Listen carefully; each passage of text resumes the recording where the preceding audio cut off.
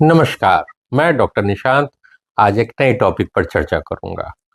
ठंड का मौसम शुरू हो चुका है और ठंड के मौसम में 2 साल से नीचे के बच्चों को ज़्यादा प्रॉब्लम होती है।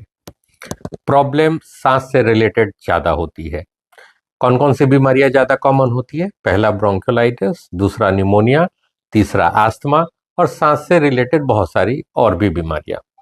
ऐसा इसलिए क्योंकि 2 साल से नीचे के बच्चों में सांस की नली पतली और छोटी होती है। इसके कारण कंजेशन ज़्यादा होता है और बच्चों में सांस का प्रॉब्लम ज़्यादा होता है। इसके उपाय के लिए आप ओरल मेडिसिन देते हैं, मुंह से खिलाने वाली इंजेक्शन देते हैं और इन्हेलेशनल थेरेपी करते हैं, यानी कि सांस के नली से देने जाने वाली दवा। तो ये बेसिकली 4 तरह से दी जाती है। पहला एमडीआई, मीटर डोज इनहेलेशन। दूसरा एमडीआई विथ स्पेशर, 1 साल से नीचे के बच्चों के लिए। तीसरा DPI, dry powder inhalation. And चौथा जो कॉमनली हर जगह यूज होता है, दैट इज नेबुलाइजर मशीन। तो नेबुलाइजर मशीन जो है वो बहुत छोटा मशीन है और हर जगह उपलब्ध है, दाम भी कम है। ये जनरली 5 साल से नीचे के बच्चों में यूज होता है क्योंकि उनमें सांसों का कोऑर्डिनेशन पुअर होता है। ये नेबुलाइजर मशीन है, इसको आप कहीं भी यूज कर सकते हैं। बिजली से कनेक्ट करिए, आजकल बैटरी ऑपरेटेड भी आती है। इसमें 4 पॉइंट बहुत महत्वपूर्ण है। पहला कि आपका जो नेबुलाइजर मशीन है, इसका जो चैम्बर है, ये चैम्बर में आप सॉल्यूशन डालते हैं।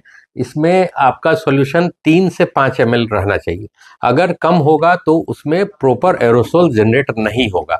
जो भी आप दवा देते हैं, ब्यूटेसोनाइड देते हैं, लेवोसाल्बिटामोल देते हैं, इसमें नॉर्मल सलाइन मिला करके आप इसको 3 से 5 ml कर दीजिए, ताकि जो एरोसोल जनरेट हो वो अच्छे तरीके से हो।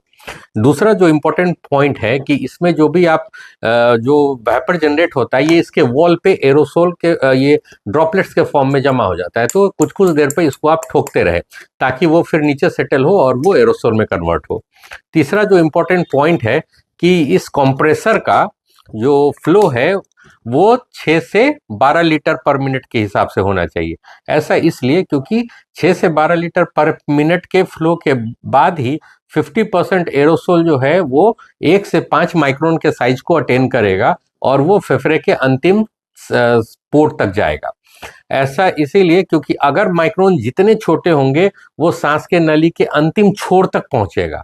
अगर जितने बड़े ड्रॉपलेट्स होंगे, जितने बड़े एरोसोल होंगे, वो ऊपर ही रह जाएंगे। डीप अगर जाना है, फेफड़े के अंतिम छोर तक जाना है, तो उसका फ्लो ज्यादा रहना चाहिए और जो अच्छा कंप्रेशर क्वालिटी का होना चाहिए और जो भी ड्रॉपलेट्स है उसको एरोसोल के छोटे साइज में कन्वर्ट करने का पावर होना चाहिए। ये तीसरा पॉइंट है। और चौथा इंपॉर्टेंट पॉइंट है कि बच्चे का सांस स्लो और डीप होना चाहिए। स्लो इसीलिए काहे कि हर एक बार जो भी एरोसोल जनरेट होता है वो अंदर जाए, डीप इनहेलेशन लेना है और कुछ हो सके तो 10 सेकंड तक सांस को होल्ड करके रखना है। 2 साल से नीचे में सांस को रोकने का प्रॉब्लम थोड़ा इशू होता है। हाँ, एक चीज और कि फेस मास्क जो अगर हम चेहरे पे यूज करते हैं, बहुत टाइटली नहीं ग्रिप करें। अगर टाइटली करेंगे तो बच्चे सफोकेट करने लगते हैं, बच्चे बहुत इरिटेटेड हो जाते हैं, रोते हैं, कोई कोई बच्चे तो ब्लू तक हो जाते हैं। इसीलिए इसको ऐसा करें कि वो नाक और मुंह को कवर कर सके और मुंह थोड़ा सा खुला हुआ रहना चाहिए, बच्चा शांत रहना चाहिए और बच्चे को डीप एंड स्लो रेस्पिरेशन लेना चाहिए। अगले वीडियो में मैं बताऊंगा एमडीआई के बारे में और डीपीआई के बारे में। धन्यवाद।